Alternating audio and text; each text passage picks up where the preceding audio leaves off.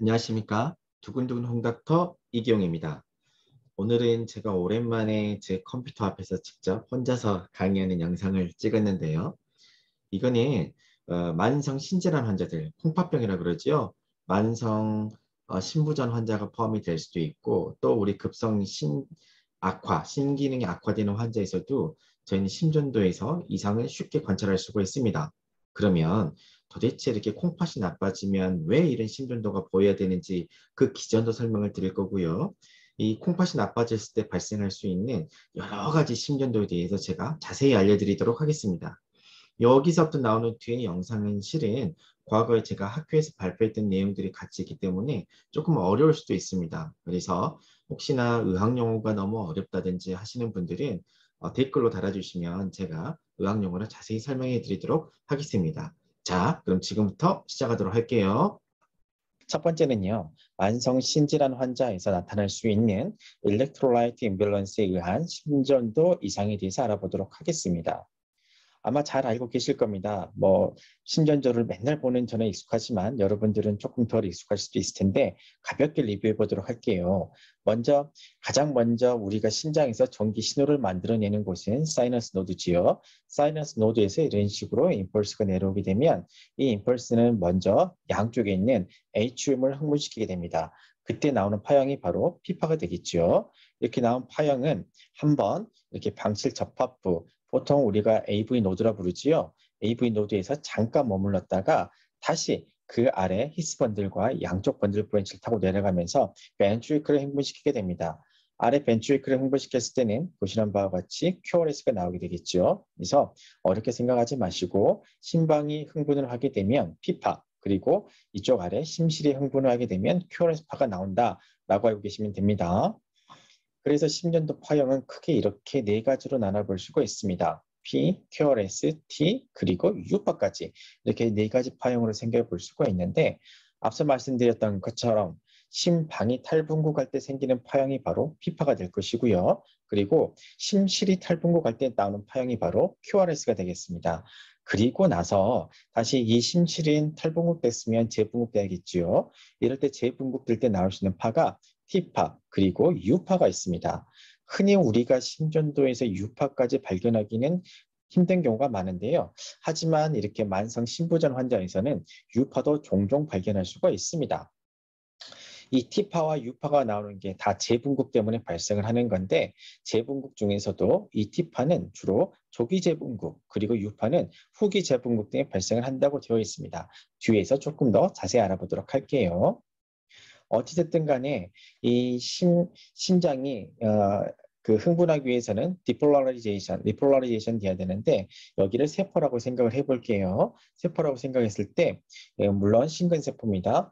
베이스라인에서는 이렇게 양쪽에 전이차가 잘 유지가 되고 있는데 심장이 흥분을 해야겠다라고 했을 때는 이쪽에 있는 포태시움 채널이 쭉 열리면서 이쪽에 있는 죄송합니다. 소디움 채널이 열리면서 소디움들이 세포 안으로 쑥 들어오게 되거든요.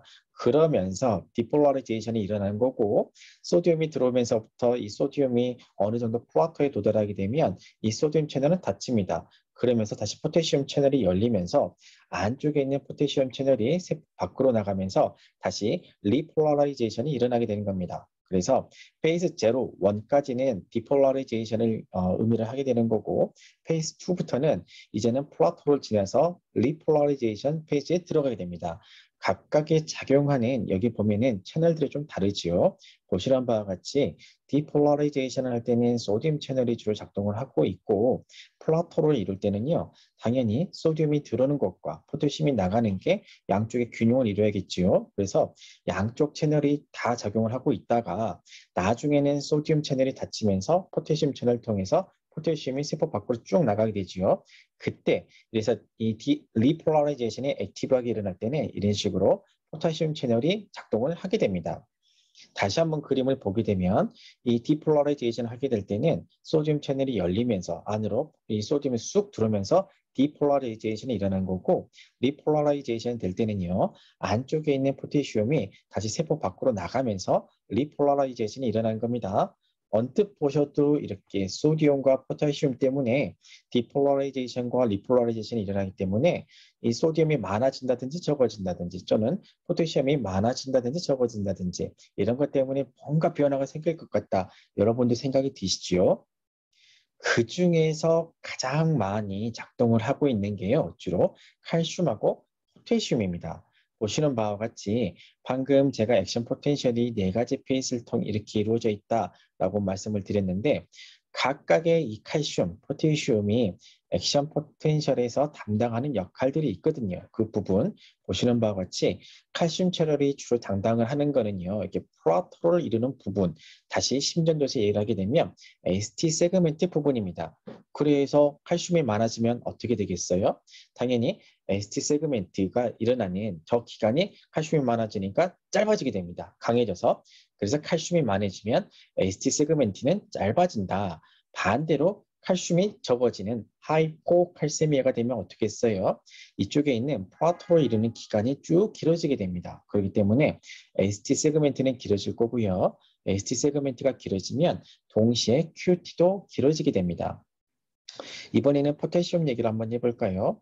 포테시움 같은 경우에는 주로 작동하는 게 이렇게 플라토의 부분에도 작동을 하게 되지만 나중에 리폴라라이제이션, 여기 보시는 페이스 3, 리폴라라이제이션 에어리에서 많이 작동을 하게 됩니다. 그래서 포테시움이 많게 되잖아요. 포테시움이 많은 하이퍼클레미가 되게 되면 컨덕션이 증가하게 된답니다. 그래서 T파가 그냥 생길 수 있는 T파보다 훨씬 더 커버린 톨 T 웨이브가 생기는 거예요.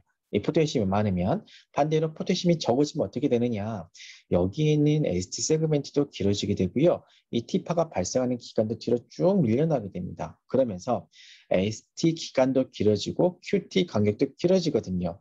그리고 또 하나 이렇게 포테시움이 적어지게 되면 마지막에 있는 후기 재분국에 나오는 U파도 프로미넌트하게 보이게 됩니다. 그래서 각각 이러한 이 일렉트로라이트들이 액션 포텐셜의 페이스에 따라서 함께 작용을 한다. 여기에 대해서 알고 계시면 되고요.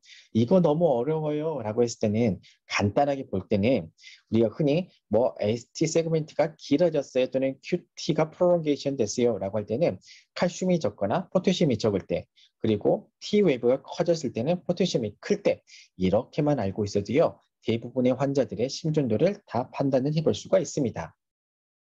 포테시엄 한번 가지고 와볼게요. 포테시엄 한번 보게 되면 정상에서 T 웨이브가 이렇게 보이게 되는데 만약에 하이퍼칼레미아가 됐다라고 했을 때는 T 웨이브가 이렇게 커져버리는 톨 T 웨이브가 보일 거고요.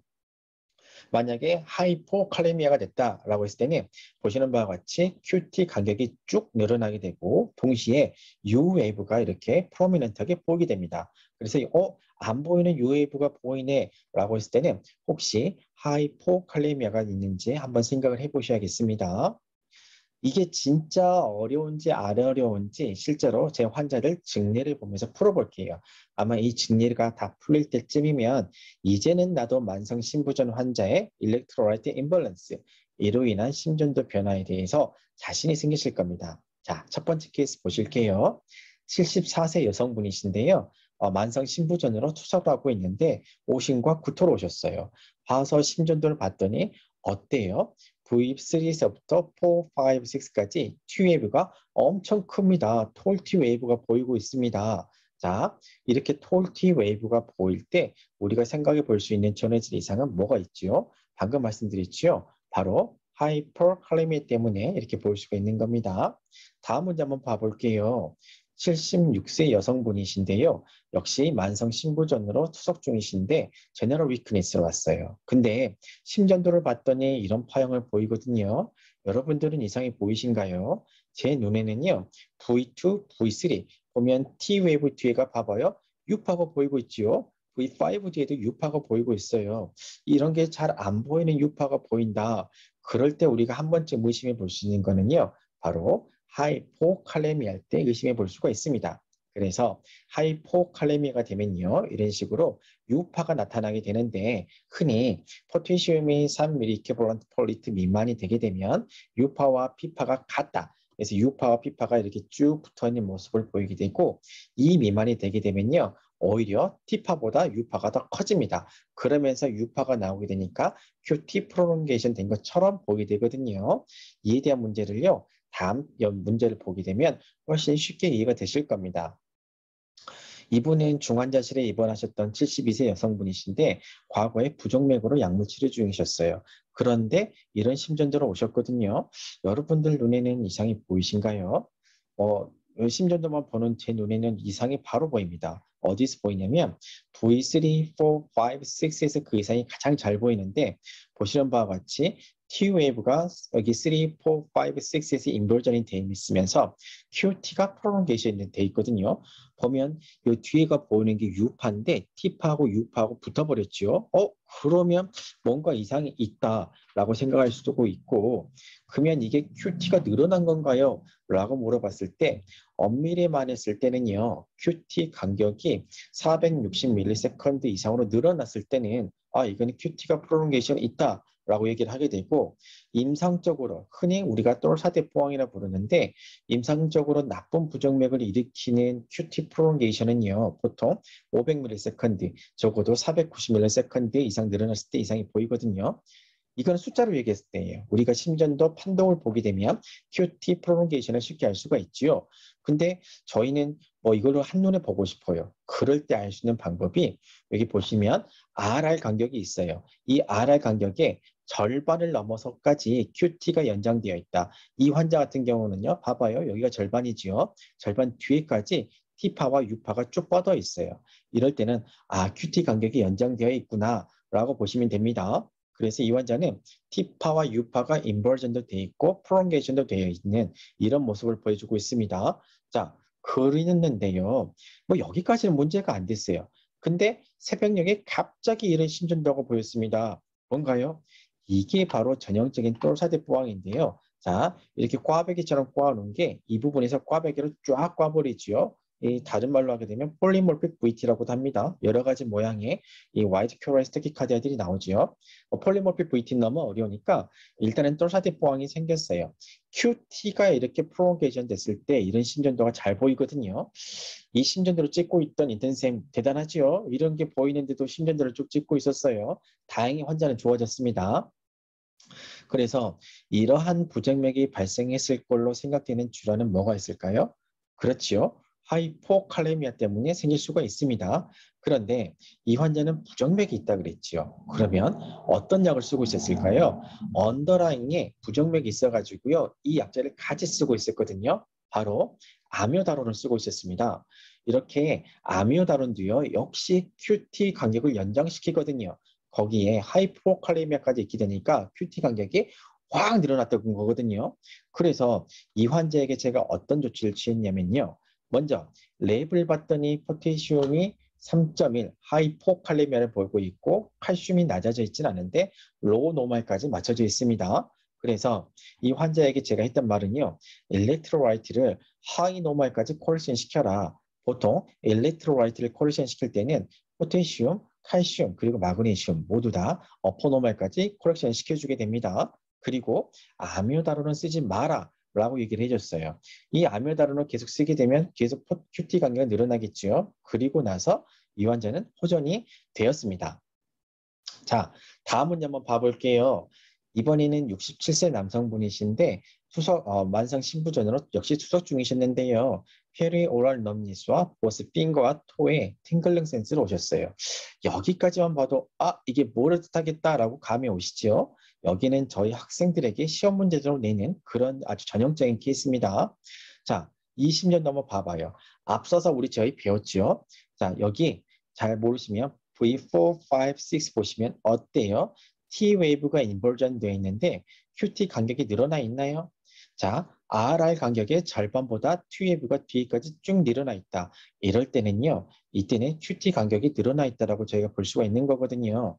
이 환자는 QT 간격이 늘어나 있어요. 보시는 바와 같이 4, 5, 6에서 전형적으로 QT 간격의 프롤롱게이션을 보이고 있거든요.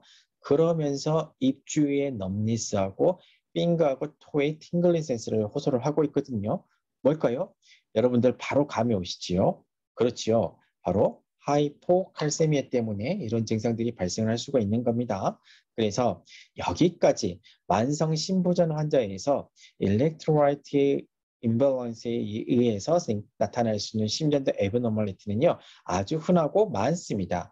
그 중에서도 하이퍼칼레미아에 의해서는요 톨티가 나올 수가 있고요. 하이포칼레미아와 하이포칼세미아에 의해서는 QT 프롤ongation U웨이브가 보일 수 있다. 일렉트로라이트 임밸런스 때문에 나올 수 있는 심전도의 애브노멀리티는 아주 많은데 다 알고 있을 수는 없잖아요, 저희가. 그래서 이 정도 하이퍼칼레미아에 의한 톨티 그리고 하이포칼세미아, 하이포칼레미아에 의한 QT 프롤ongation U웨이브 이 정도만 알고 계셔도 되겠습니다.